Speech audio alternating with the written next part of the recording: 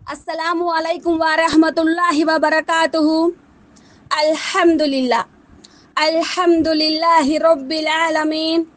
Wassalatu wassalamu ala rasulihil karim. Amma ba'd.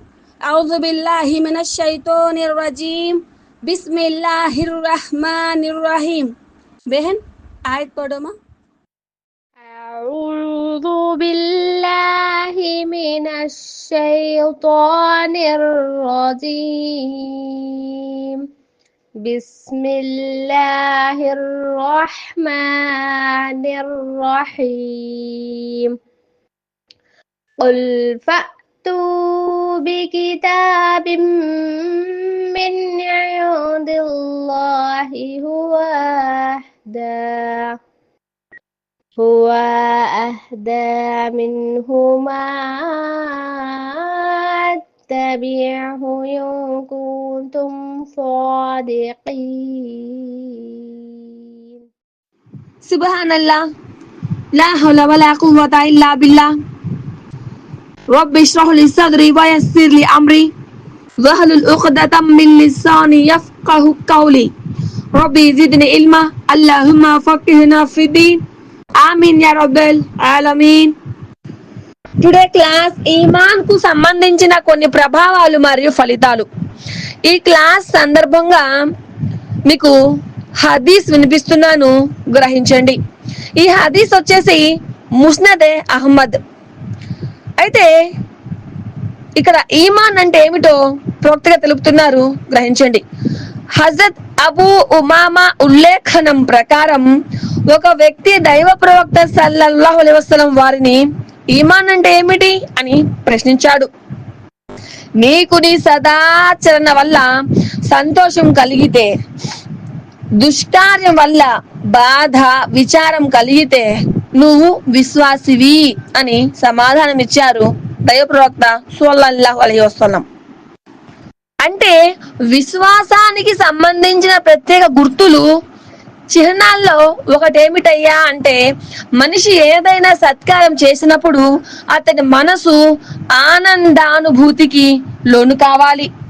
అలాగే అతని వల్ల ఏదైనా దుష్కార్యం జరిగినప్పుడు అతడికి తీవ్రమైన విచారం, మనోవేద కలగాలి. అతని యొక్క ఆంతర్యంలో ఈ భావనలు సురులు తిరుగుతున్నట్లు ఆ యొక్క బాధ కలిగితే అతని ఆత్మ సజీవంగా ఉన్నట్లు అర్థం, అతను ఈమాన్ స్థాయిలో ఉన్నట్లు అర్థం అన్నమాట. అయితే ముస్లిం హదీస్ కూడా నేను చదువుతున్నాను, గ్రహించండి. దైవ ప్రవక్త మొహమ్మద్ సల్లల్లాహు అలైహి వసల్లం సెలవిస్తుండగా తాను విన్నానని హజరత్ అబ్బాస్ బిన్ అబ్దుల్ ముత్తలిబ్ రదియల్లాహు అన్హు ఉల్లేఖిస్తున్నారు. ఎవరైతే హృదయపూర్వకంగా అల్లాహ్ను తన ప్రభువుగా, ఇస్లాంను తన ధర్మంగా, ముహమ్మద్ సల్లల్లాహు అలైహి వసల్లంను తన ప్రవక్తగా, మార్గదర్శకునిగా విశ్వసించి సంతృప్తి చెందాడో అతను ఈమాన్ యొక్క మాధుర్యాన్ని ఆస్వాదించాడు. అంటే ఇక్కడ రుచికరమైన కమ్మని పదార్థాల్లో ఒక మాధుర్యం ఉంటుంది.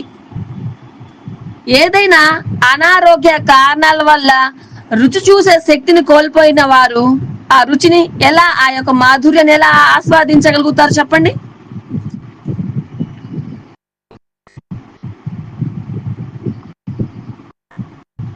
ఇప్పుడు మొన్న కోవిడ్ వచ్చింది.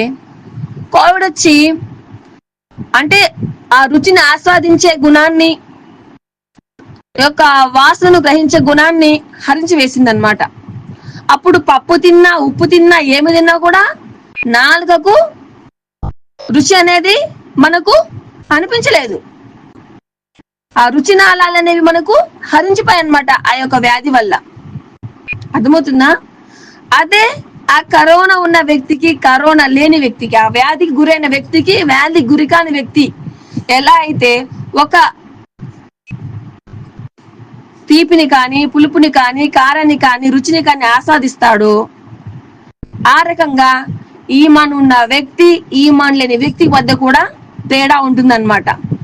ఆ యొక్క ఈమాన్ ఉన్న వ్యక్తి ఆ యొక్క ఈమాన్ యొక్క భావాన్ని ఆస్వాదిస్తాడు. అంటే ఎవరైతే సంతోషంగా హృదయపూర్వకంగా అల్లాహ్ను తన ప్రభువుగా పోషకుడిగా ముహమ్మద్ సల్లల్లాహు అలైహి వసల్లంను దైవ సందేశ హరునిగా ఇస్లాం తన ధర్మంగా పూర్తిగా అవలంబిస్తాడో అలాంటి అదృష్టవంతులకు మాత్రమే విశ్వాస మాధుర్యాన్ని పొందే మహాభాగ్యం అనేది ప్రాప్తమవుతుంది అన్నమాట. అంటే ఇక్కడ మనం ఒక విషయం గ్రహించాలి, దైవంతో దైవ ప్రవక్తతో ఇస్లాంతో వారి సంబంధం కేవలం ఆనవాయితీగా వచ్చే సంబంధమో వారసత్వ సంబంధమైనదో లేక మేధోజనితమైనదో అయి ఉండకూడదు. హృదయపూర్వక భక్తి శ్రద్ధలతో నిండినదై ఉండాలన్నమాట. అంటే ఇక్కడ 3 విషయాలు ఎవరిలోనైతే ఉంటాయో వారికే ఈమాన్ మాధుర్యం ప్రాప్తమవుతుంది. 1 దైవం, దైవ ప్రవక్త పట్ల ప్రేమ సమస్త ప్రేమల కంటే అధికంగా ఉండాలి. 2 ఏ వ్యక్తి పట్లనైనా అతనికి ప్రేమ ఉంటే ఆ ప్రేమ కేవలం దైవం కోసమై ఉండాలి. 3 విశ్వసించిన తర్వాత ఎవరైనా తిరస్కారం వైపుకు మరలడం అంటే అతనికి అగ్నిలో పడవేయబడుతున్నప్పుడు కలిగే అసహ్యం, వెగటు, బాధ కలిగినంతగా అతను తలడిల్లిపోవాలి. ఇక్కడ 3 విషయాల గురించి కూడా చెప్పడం జరిగింది అనమాట. అదేంటంటే మొదటిది దైవం అన్నమాట. 1 దైవం. 2 ఏ వ్యక్తి పట్లనైనా అతనికి ప్రేమ ఉంటే ఆ ప్రేమ దైవం కోసమే అయి ఉండాలి. 3 ఏంటంటే 1 ఏదైనా తిరస్కార వైభవం అంటే తిరస్కార యొక్క భావం మనసులో ఎప్పుడైనా సరే కలిగితే మనం అసహించుకోవాలంటే ఇస్లాంలో ఉన్న ఒక భాగాన్ని తిరస్కరించాలి అనే ఉద్దేశం వచ్చినప్పుడు మనము ఆ యొక్క భావాన్ని మనం అసహించుకోవాలన్నమాట. అలాంటి వాళ్ళే ఆ యొక్క ఈమాన్ యొక్క మాధుర్యాన్ని పొందగలుగుతారు. అంటే ఇక్కడ ఎవరైతే అల్లాహ్ను ఆయన ప్రవక్తను ప్రేమిస్తారో ఆ ప్రేమలో మునిగిపోతాడు. అన్నిటికంటే ఎక్కువగా అల్లాహ్ యొక్క ప్రవక్తనే ప్రేమించాలన్నమాట. అంటే ఆ ప్రేమ అతని మనోమస్తిష్కాలపై వేసిన ప్రభావం కూడా అలాగే ఉండాలి. అతను ఎవరిని ప్రేమించినా కేవలం అల్లాహ్ కోసమై ఉండాలన్నమాట. అయితే ఒక విశ్వాసిగా ఎప్పుడు పరిగణించబడడు అంటే విశ్వాసి కాజాలడు అంటే దైవ ప్రవక్త సల్లల్లాహు అలైహి వసల్లం సెలవిచ్చారు, మీలో ఎవరికైనా నేను అతని తల్లిదండ్రుల కంటే అతని సంతానం కంటే ఇంకా ఇతరుల కంటే అధికంగా ప్రేమ ప్రాప్తుని కానంత వరకు అతను విశ్వాసి కాజాలడు. ఇది బుఖారీ ముస్లిం హదీస్ అన్నమాట.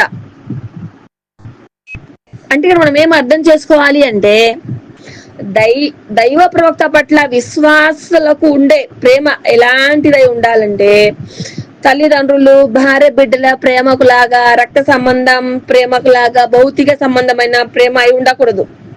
అది ఒక ఆధ్యాత్మికమైనదై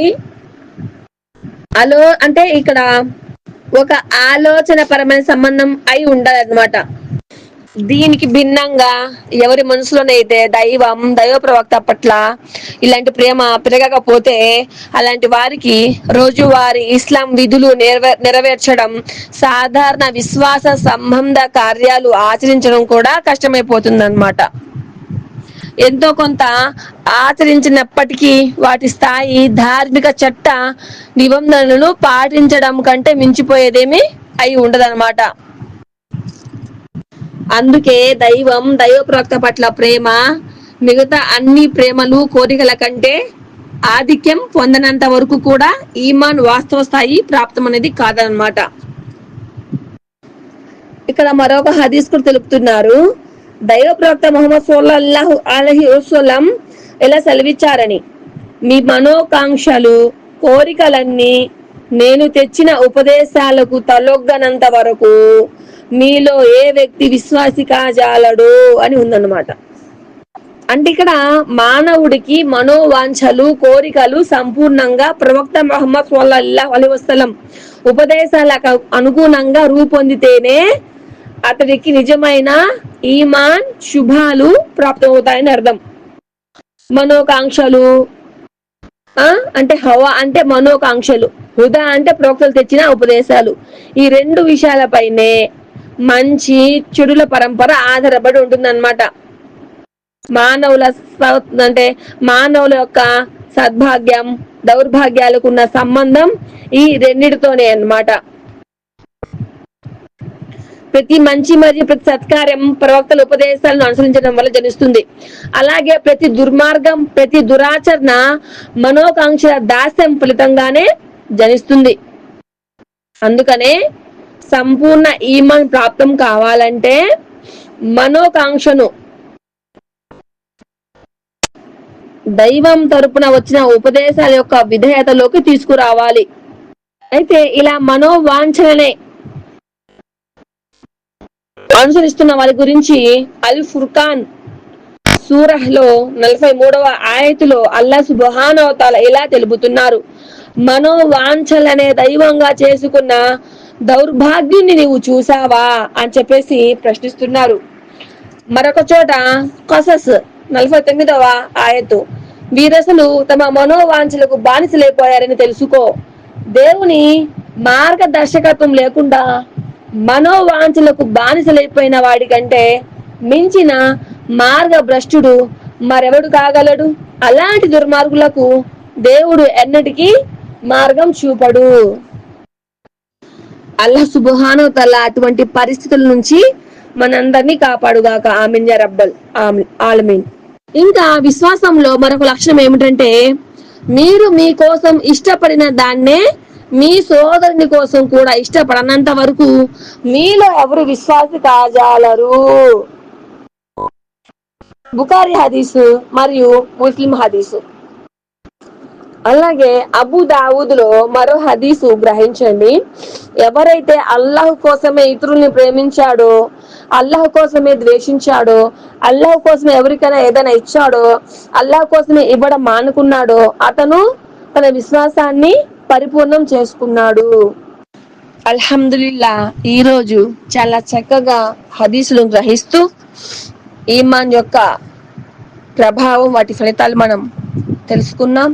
ఇన్షాల్లా అల్లా ఇష్టపడితే మరొక రోజు ఇలాగే మీ ముందు ఒక మంచి సబ్జెక్ట్ తోటి మీ ముందుకు వస్తాను, నేను జీవించి ఉంటే ఇన్షా అల్లాహ్.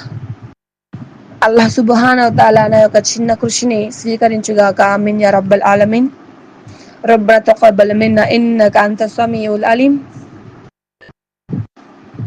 وآخر الدعوانا أن الحمد لله رب العالمين.